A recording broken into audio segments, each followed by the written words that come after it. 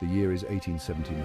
The place, South Africa. On a hill called Isandlwana, the British Empire, masters of much of the world, suffered one of their most shocking defeats. Thousands of Zulu warriors, armed mostly with spears and shields, overwhelmed a modern British army equipped with rifles and artillery. This wasn't just a loss, it was a humiliation that shook the confidence of the empire and resonated throughout Victorian Britain. The Battle of Isandlwana remains a fascinating study in military history.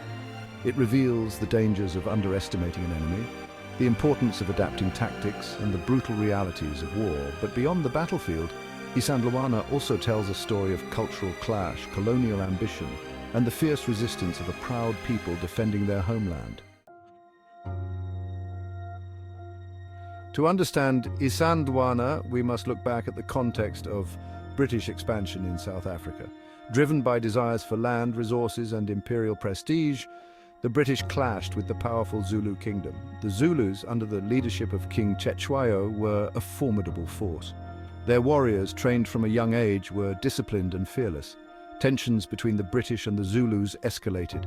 Border disputes, cultural misunderstandings, and a belief in their own superiority led the British to issue an unreasonable ultimatum to the Zulus.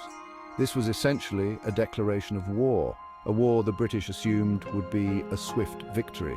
They would soon learn their confidence was misplaced. The Zulu army, numbering around 20,000 warriors, was a breathtaking spectacle. Their primary weapon was the assegai, a short stabbing spear, used with deadly efficiency in close combat. They employed a tactic known as the buffalo horns formation. Two horns would encircle and pin down the enemy, while the chest delivered a devastating frontal assault.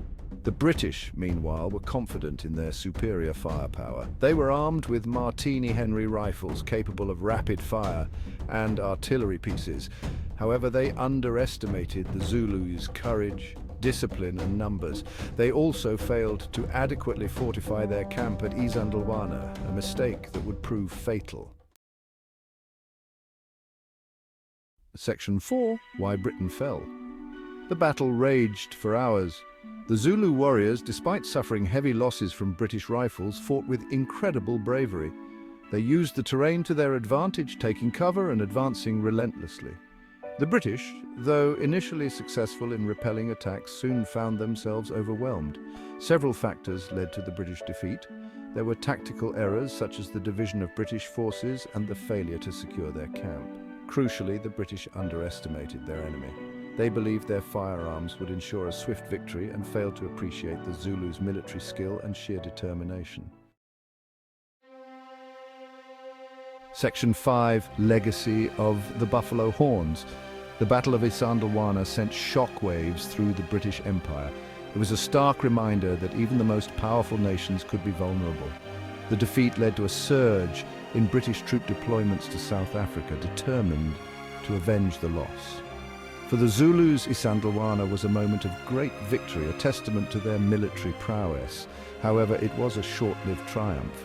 The British, with reinforced numbers and a renewed determination, eventually defeated the Zulus later in the war. The Zulu Kingdom, though it resisted bravely, was ultimately absorbed into the British Empire. The Battle of Isandlwana stands as a powerful reminder of the human cost of conflict and the dangers of underestimating an opponent. It is a story of bravery on both sides, of cultural clashes, and the enduring legacy of colonialism.